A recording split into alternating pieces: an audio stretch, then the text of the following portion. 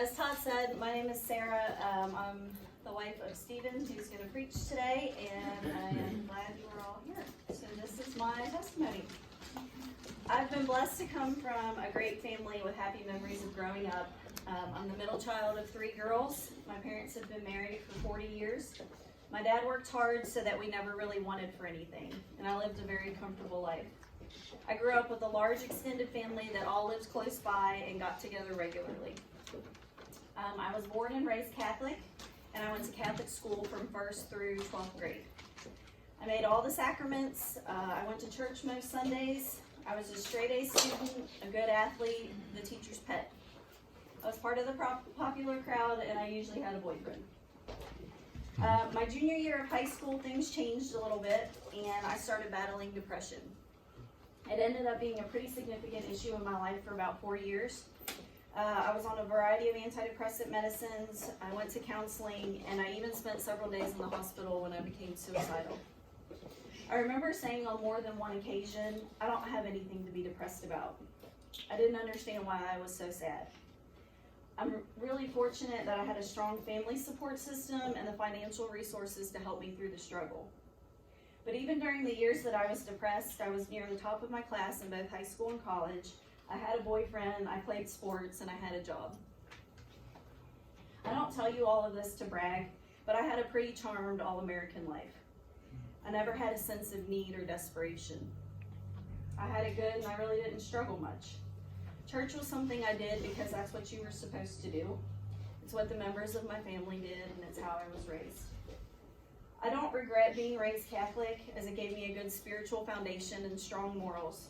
But what I realized as I grew up was that I had a religion and not a relationship with Jesus Christ.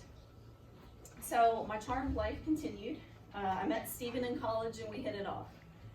After our first date, we spent nearly every day together. We hardly ever fought, we just clicked.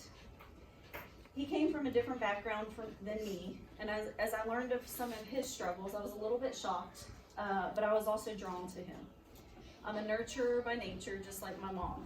We're both nurses and we take care of people. I liked that he needed me and I could take care of him. And again, I had it all together on the outside. So we got a dog, we got married, we bought a house, and I got pregnant with our first child, Mason. And our American dream continued. While our relationship was good, and there was always a sense that something was missing. Again, I started thinking, I don't have anything to be depressed about, nothing to be sad about. Many of you have heard Stephen's testimony, and I'm not going to go into all of the details, but suffice it to say that the life he was living outside of our life together left me with a lot of time alone. We were living in Lexington, and my best friends from college had moved back to their hometowns, so I didn't really have any close friends. I attributed the void that I was feeling to missing my family and friends in northern Kentucky.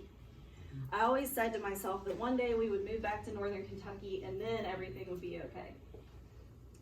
I love my family and they've always been a huge support, but even talking with them was not filling the emptiness that I felt. The last months of my pregnancy with Mason were some of the loneliest days of my life.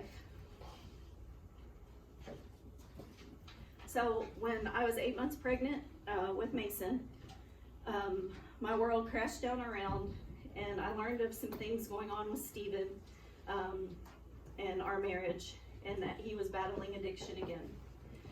I didn't tell anyone at the time because I was embarrassed and I was ashamed and I was scared. Things like this didn't happen in my family. I know now, looking back, that Satan, that's what he wants. He wants us to feel isolated and alone and like we're the only one. He wants us to feel that shame. And I know that that's not true now. So we tried counseling. I tried to fix him and make it work because that's the only thing I knew. And I had a dream of our family that I couldn't let go of. Unfortunately, 3 weeks after Mason was born, I learned that Stephen was still living a lie and divorce was the option that we came to. So the birth of our son and the end of our marriage at the same time was an emotional roller coaster. They were some of the darkest months of my life. During all of this, I leaned on my family, and I don't know that I would be alive without them. This was the first time in my life that I felt truly desperate and in need of help, but even then I had not yet learned to lean on God. So ultimately I went through the motions of the divorce, but in my heart it never felt right. I was doing it because that's what you're supposed to do when your husband makes the choices he made. I was a rule follower. However, 1 week before the divorce was final, we decided that this is not what we really wanted for our life. We wanted to be together as a family. 2 things were very clear. Number 1, we were not going to do that. We were either going to be together and stronger, or we weren't going to be together at all. And number 2, we couldn't do this on our own. Right. So we started counseling again, but in the end, it was God alone that transformed our lives, and He saved us. We began attending Northeast Christian Church in Lexington, and we really enjoyed the sermons and the music there. But one day, Kelly Fox, whom I didn't know at the time, approached us in the lobby and invited us to join a Sunday school class. And it was once that we made connection and started building relationships with people that things changed and grew exponentially. We felt loved and connected like we never had before. The void that I now realized was always there was starting to be filled. I love my family, and I would never take anything away from the support and the strength that they have been to me. However, I found a new family of brothers and sisters in Christ that God is continuing to grow today. Looking back, I can see that God was all over my story. Right. I just couldn't see Him then. By the world's standards, Stephen had the bigger sins. But I realized that God is holy and He hates all sin. That's right. I was just as much a sinner as Stephen. I saw my need for Jesus finally. We both needed love, forgiveness, and grace.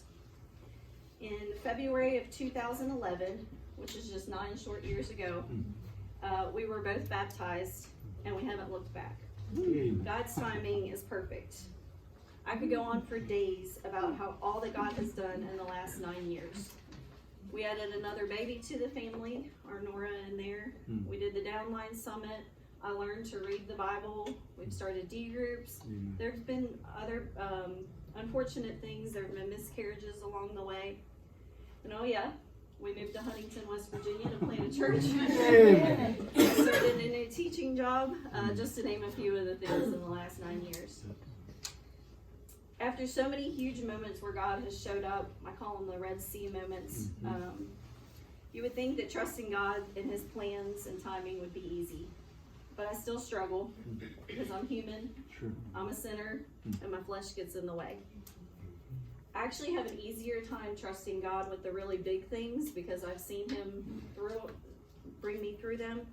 But it's the day-to-day moments sometimes that I really struggle and I still try to control. So every day I'm being sanctified. Every day I must remember my need for Jesus. Amen. Every day I must accept His love, His grace, and His forgiveness that He freely offers. And in turn, I try to share His love, His grace, and forgiveness with the people He has placed in my life. Amen.